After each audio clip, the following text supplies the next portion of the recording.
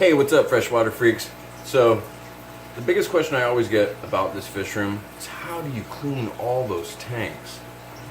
Well, it does take a little while. We alternate on some tanks, but today we're going to do a full fish room clean, and we're going to let you watch and hang out. Maybe you'll learn something, and be sure to like and subscribe to the channel. If you have any questions, leave them in the comment section below, and let's get started.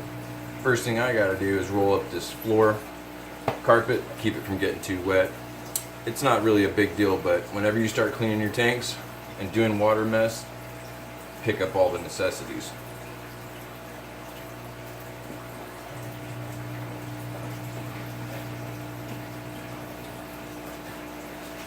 The other thing I gotta do is take these cushions that I usually use for seating and put them away as well.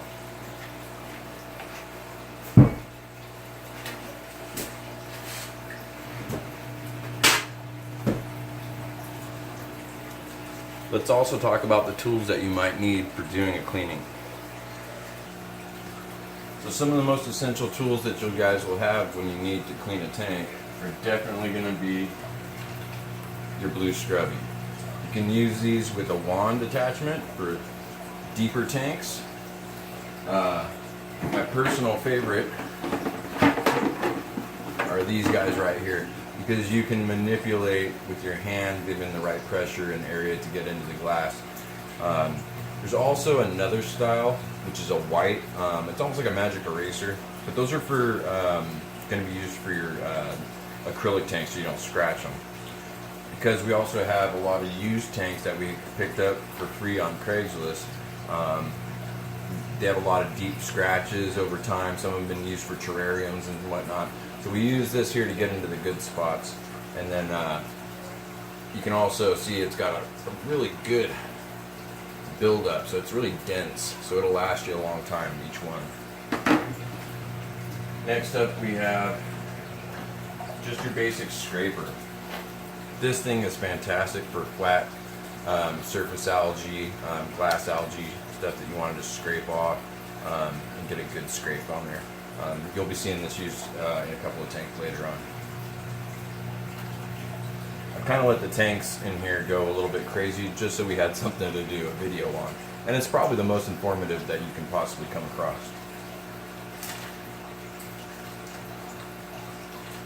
Next on my tool list is the claw. This thing is completely a must-have. I gotta tell you, you can get them in different lengths. I can actually remove this and make it a shorter setup. It's great for grabbing anything that's in a hard to reach area, placing things. I use it, for example, to move suction cups, especially on the Dempsey tank. They like to move their thermostat, so that's what I use this for. You want to have a variety of sizes of nets.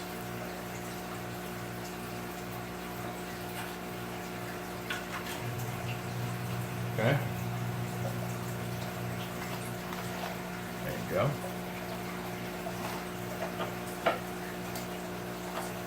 Staying organized is really important too, because you know where everything's at once you put it back.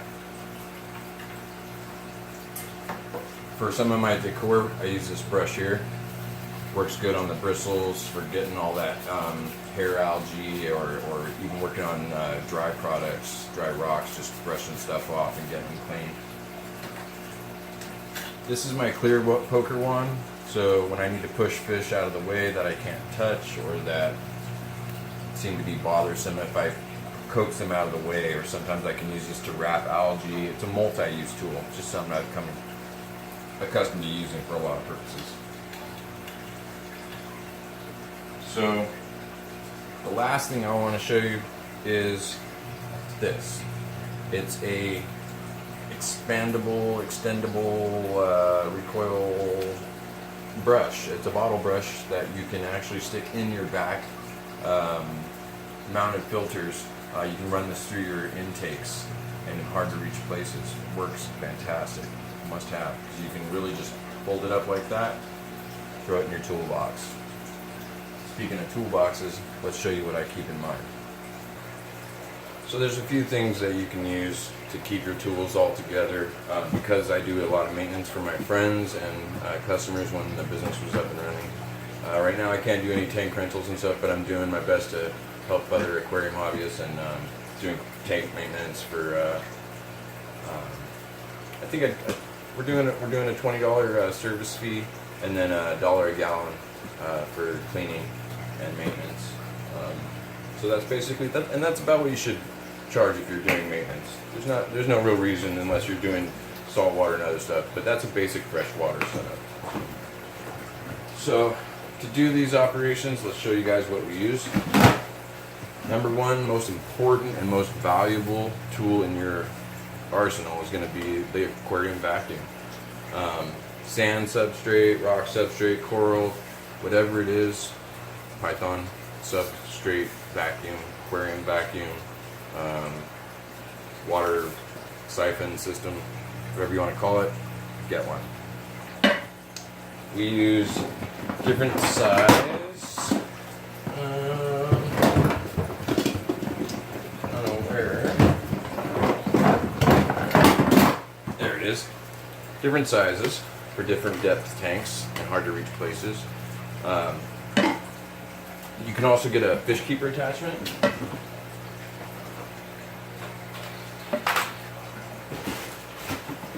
Such as this, which will help you keep from getting any fish or fine particle rocks and stuff up inside your intakes. Really good thing to have. I always like to keep on hand a bag of air tubing and assorted connections and small zip ties, stuff like that that you might need to find handy. And a small hammer just because, well, you never know. Assorted ball valves,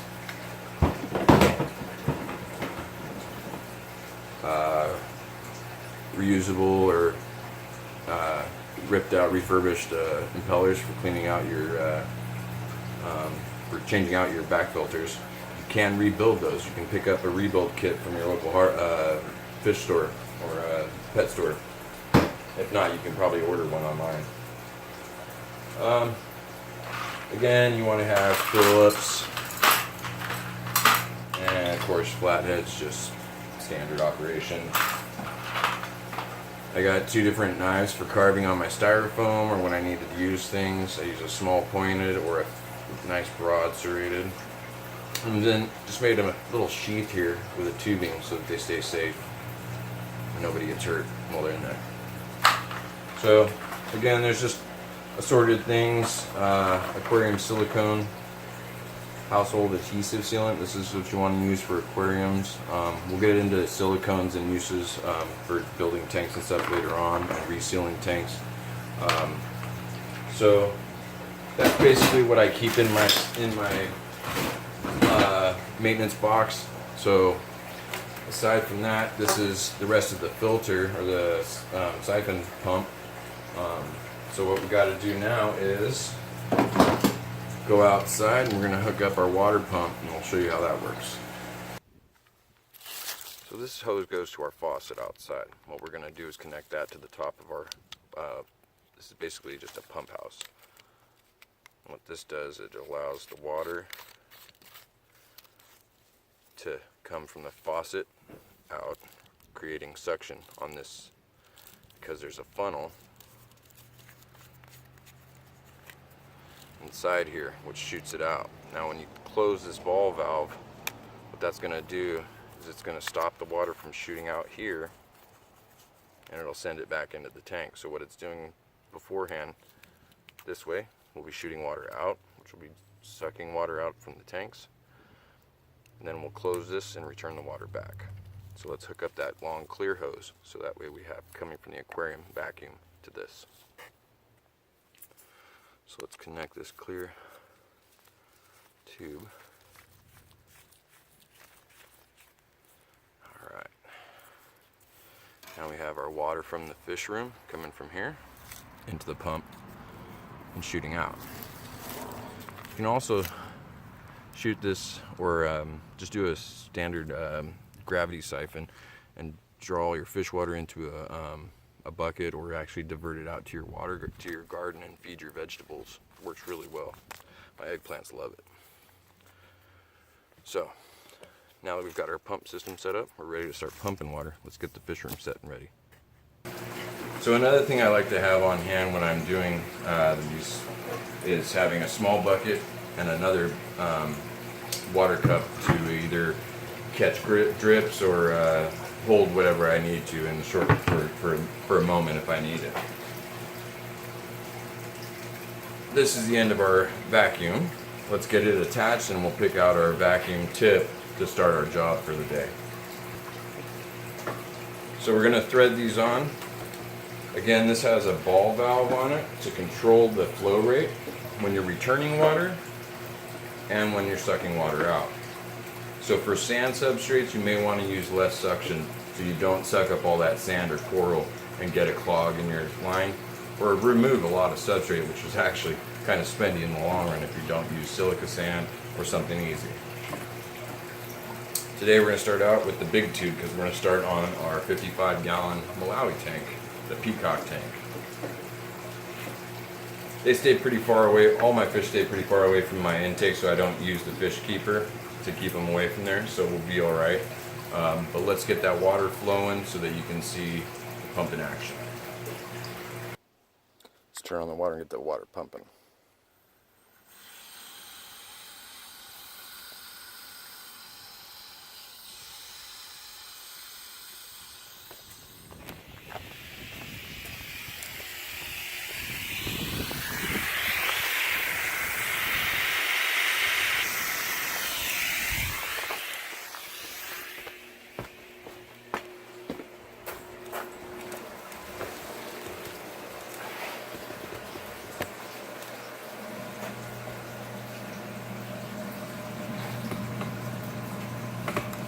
Okay, so now that we're set up and ready, we've got, you can hear the vacuum sucking. So let's get started. We'll get some cleaning here.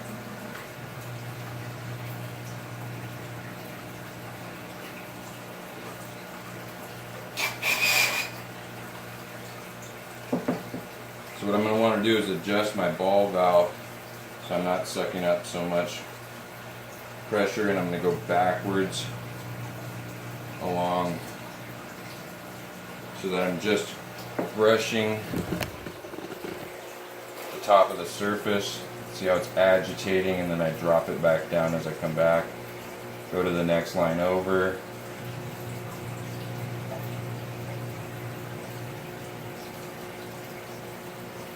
And again, this is a crushed coral and silica sand substrate mix. This is basically pool filtration sand.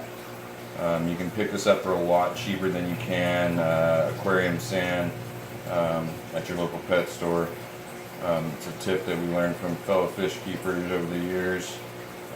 You'll see Joey Mullins, DIY Fish King, he uses a lot of that simple do-it-yourself type stuff, which is where we started picking the idea up from. And the fish love it. You know, it does a really good job. You just want to make sure that you're stirring your substrate and getting all those dead pockets that you might have building up so you don't harm your fish. So we're going to go ahead and pull that out from this side. I'll get you guys moved over here. We'll start on the opposite side because we have a bar, support bar to deal with on this tank. Not all of them are going to have a support bar, but this one does.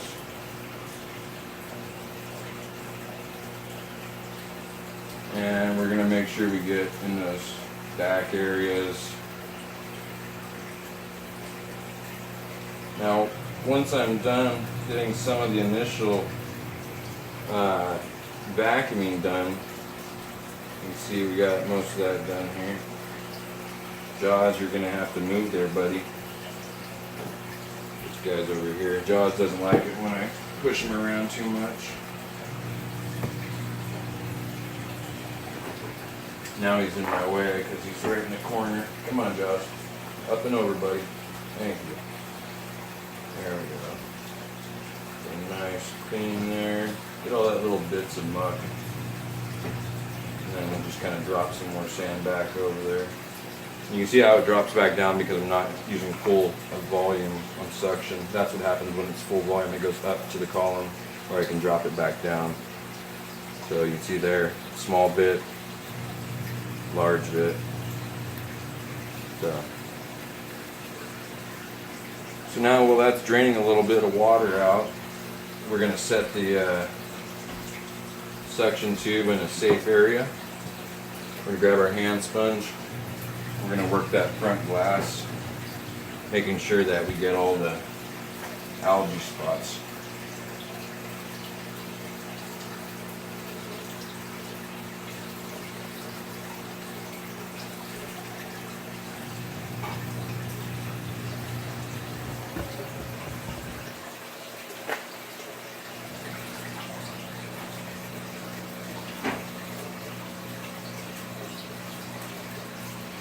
Now you only want to clean the front pane so that it's nice for viewing, and then your side and back panes are not as critical depending on your viewing with your tanks,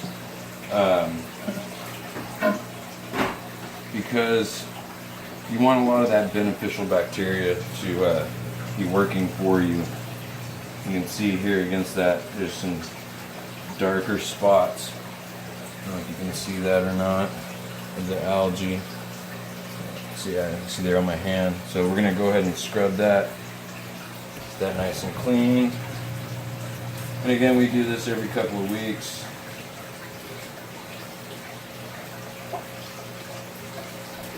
And we're going to keep reducing that water down.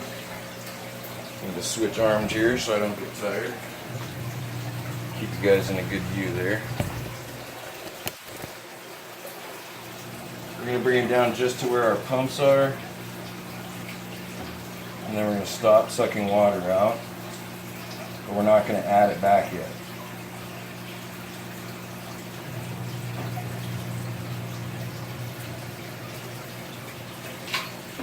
We're going to pull out our vacuum. We're going to let our pumps run for a moment. Most of the time you'd want to unplug your pumps and stuff. We try to do this as quickly as possible so we don't need to do that. Moving on, we're going to go to the Dempsey's. With the Dempsey's and the other tanks, we have these mite shields that we use to reduce our algae growth and prevent the fish from jumping and popping out of the tank. So this one you can really see is definitely in need of a scrubbing. So if you look here, look at that. That growth, that's a nasty bit of algae there. So what we're going to do is we're going to grab our scrubber. And we are going to clean that right up. And we're going to do it while we have our vacuum in the water so that all that floating around is going to get sucked up.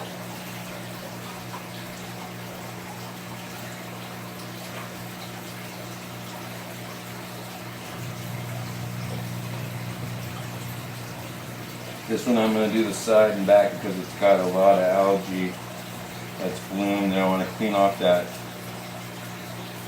filtration. Move over here. Jackson is caved, probably very mad at me. But this is what you got to do to keep your tanks going. Make sure they stay clean and, operating smoothly.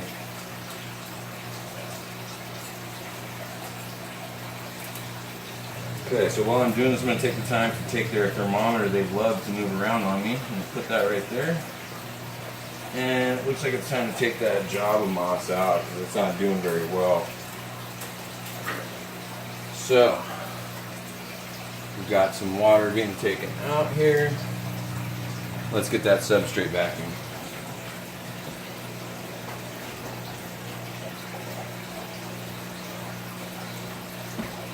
You want to go through your rocks again. making sure to get those plumes. You want to get deep on the gravel. You don't have to worry about it sucking up in your tube unless you're using a really high volume on your water flow right now. Right now we've got it full open, but our water pressure from the valve, from the source, is not going very high or fast. So we're going to turn that up. This tank is actually doing really well. I'm going to change that over to the other side.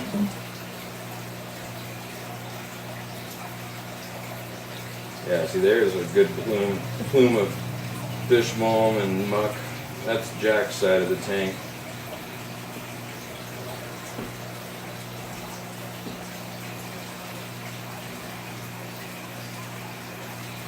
Alright. So that's looking pretty good. Got most of it all cleaned up. The filtration system's going to do the rest for us. So we'll call that one good. And let's see, move on to, these guys just need a glass cleaning. So we're going to get our, again, blue scrub. Let's go with the other one to show you how that works out. There we go, we got our scrubber.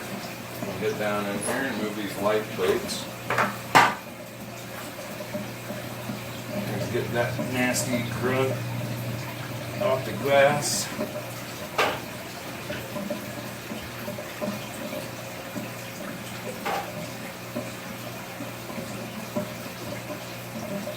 And if you're using something like this, you do this every day, you won't be having almost any algae problems. You know, your fish will be, see how they swim around it, they're not too worried about it, they're not in fear of my tools. It's important too, don't stress your fish when you're cleaning your tank, stay away from them as best as you can. The wall needs a little bit of cleaning on this side, you can see. For the most part, it's actually doing really good. Again, we don't want to clean everything, we want to keep the bacteria alive and thriving and clean the tank for us. Squeeze out that extra water. Alright, let's set that aside.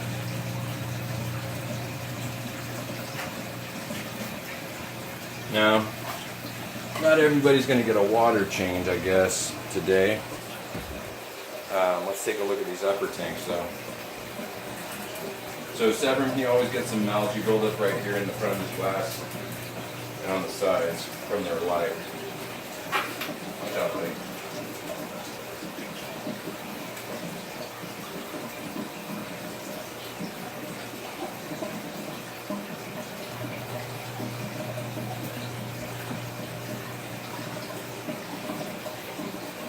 Alright, so let's go ahead and take a little bit of water from Severn. Try to get everybody at least a little bit of fresh water today. You've got some good plumes of mulm in here. This would be great for a garden because it doesn't burn your plants, your vegetables, and fruits because it's diluted with the water.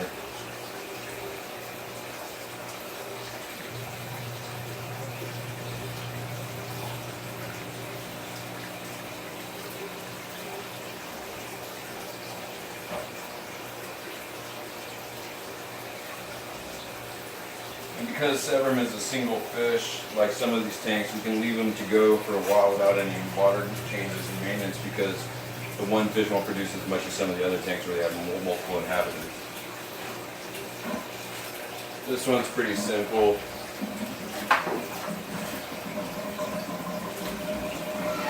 Sylvester's kind of a low maintenance fish.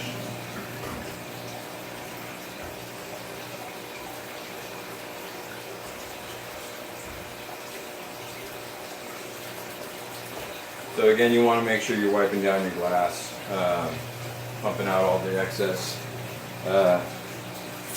water coming on out. I'm going to pump that out of the fish room, and we'll get this next one on the fire mouth here.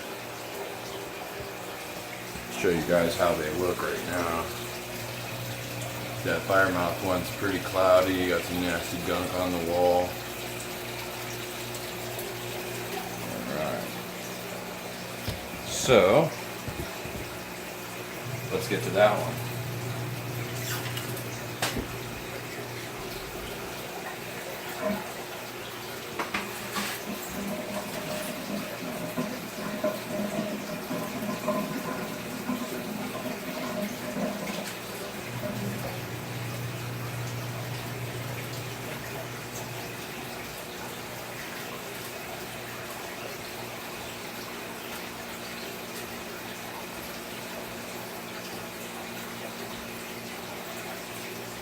Alright. So what we did is we scraped all that green gunk off the glass, letting it float around, letting the vacuum get a hold of it.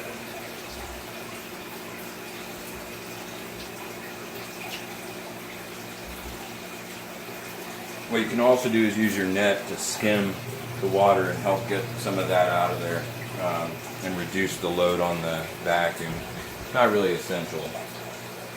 Plus, now that we've scraped it away from the walls, the fish will usually tend to eat it.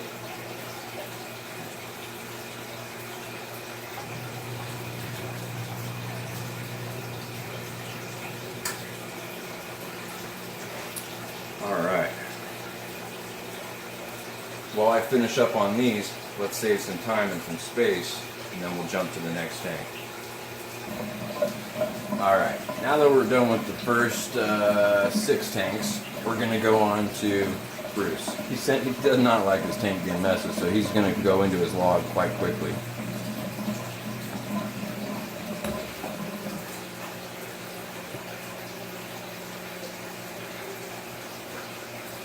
See that? He knows exactly what's going on. He wants no part of it, even though he gets clean water. You can see that? Just sucking up all that nasty gunk right there. This is, like I said, an essential tool for cleaning your tanks, especially large volume tanks, large amounts of tanks, numerous quantities of tanks. You always want to keep your vacuum clean too. You can use soak them in a solution, like a half a cup of bleach, and then you run hot water through it for 24 hours. Then cold water, cycle it through, make sure you get it sterilized out. You should do that every couple of weeks at least, or in between big jobs. And you always want to let it dry out really well before using it again.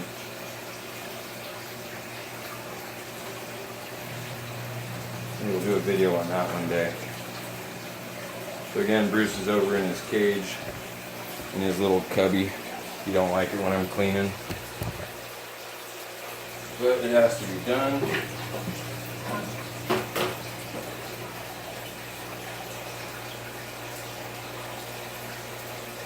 We just kind of work around him.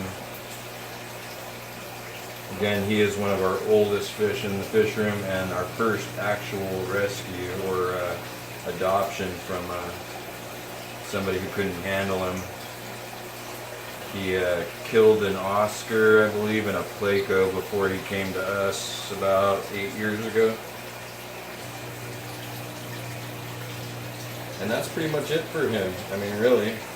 Let's wipe down, let's do his front glass, and we'll call him good.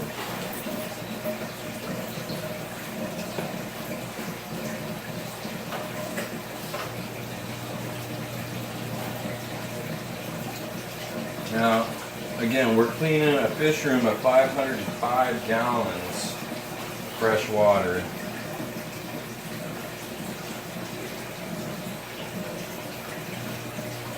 We do usually, 3, 4, 6 tanks every couple days just to keep everything caught up.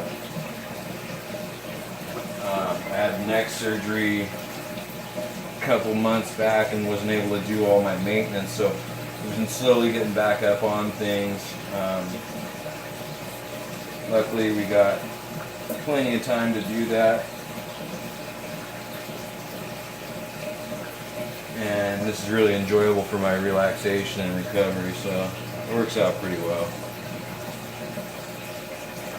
You just want to get all these Hane's Clean. This is our dragonfish, or violet goby, and our blue tiger gourami, a couple of tetras.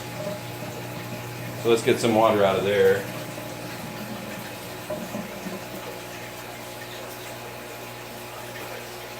And this is a mixed substrate. It's kind of a crushed coral, silica sand, and then these weird, really cool river rock, almost like a mini lava rock stone. I want to get a lot of this little bits out. You can see the cloud plume is getting a little bit taller. We're going to let some of that drop down. Make sure we mix up our substrate really well, getting any dead pockets, any spots that have been building up around the plants and decor. Those are really, key spots that get build up a lot, really easily too. Get caught in the flow of the current.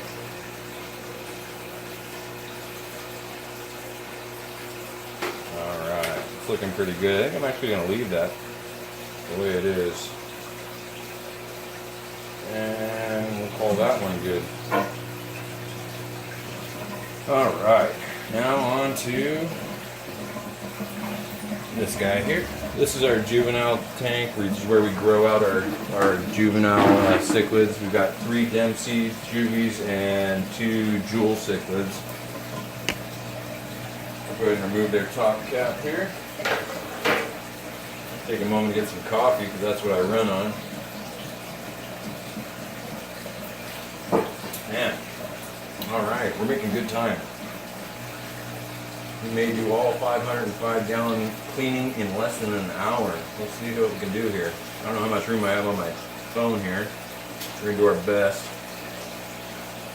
But this is going really well. Again, this is only because we keep constant maintenance on this room. And we are in southern Oregon, and we're blessed with being out in rural area, in the farmland type area, in the hills.